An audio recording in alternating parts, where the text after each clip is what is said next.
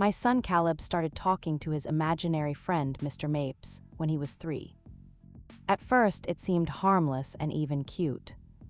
He'd set an extra spot at dinner or pause to open doors for him.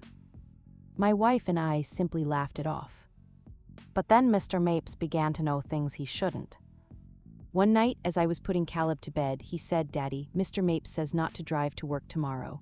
There's going to be a big crash." I chuckled and went downstairs, but the next morning, I got a flat tire and later learned about a horrific accident on my usual route. From that moment on, I paid closer attention.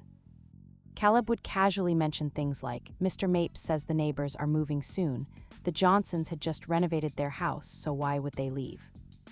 3 weeks later, they moved, leaving no goodbye. Then there was our cat, Pickles. Caleb whispered, "Mr. Mapes says the cat's sick." Just days later, Pickles stopped eating and we had to put her down.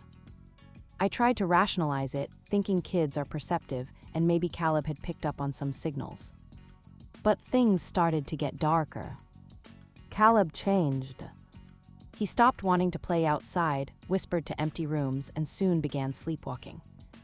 One night, I found him facing the wall and he said, "Mr. Mapes says you shouldn't go in the basement anymore." I was shocked. I hadn't mentioned the basement in weeks. Caleb claimed he doesn't like what's down there, says it smells wrong. I went down to check. At first, it was musty, but then I smelled rotting meat. In a corner, I saw a part of the concrete that looked burnt, warm to the touch. That night, I dreamt of fire, candles, and my father chanting. I woke up sweating.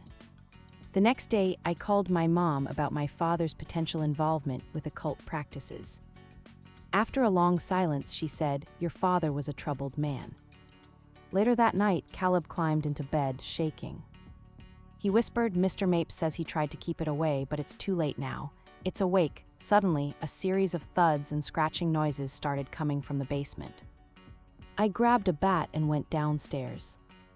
The air was thick and the smell was unbearable. Then the floor cracked open. Something wet and black slithered out before I ran back up, terrified. We left that night, not even taking our belongings. Now Caleb doesn't mention Mr. Mapes, but sometimes at night, he whispers to the quiet man who keeps him safe. Sometimes I think I see shadows in the corners of our new home. Last week, Caleb asked me, "Daddy, what did you do to make Mr. Mapes so angry?" I didn't answer because I didn't know, but I'm afraid I'm about to find out.